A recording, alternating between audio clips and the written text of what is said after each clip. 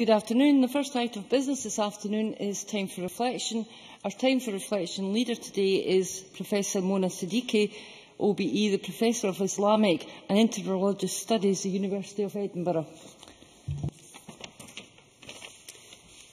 Presiding Officer, thank you very much for inviting me to lead Time for Reflection once again.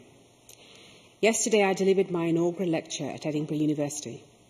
I felt both proud and humbled and thought how much this moment would have meant to my parents were they alive today.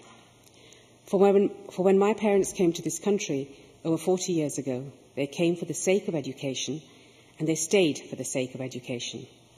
They saw their children's achievements through the accumulation of certificates, O-levels, A-levels and university degrees. But those were only the outward trophies.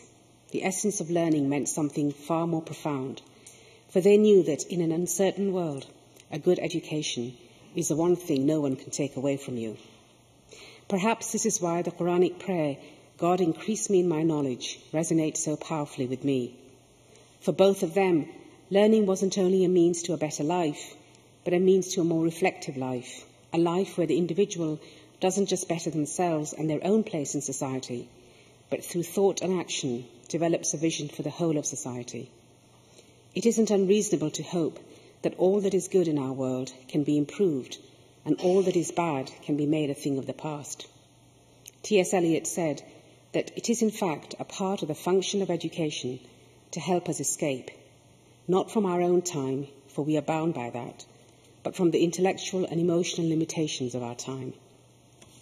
I have lived in Scotland now for almost 22 years.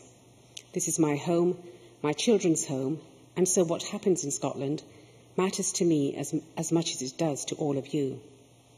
There is a reality in which we live, and there is a country of our imagination and our hopes. What kind of world do we want our children to be part of? Where they have a sense of belonging, and where doing is always about making better, a continuum in life, not a destination. This demands commitment from adults to engage with young people, to encourage them to transfer what they know to what they can do, to work with them with both passion and compassion, and to have the wisdom to know that the most rewarding life is a life of giving.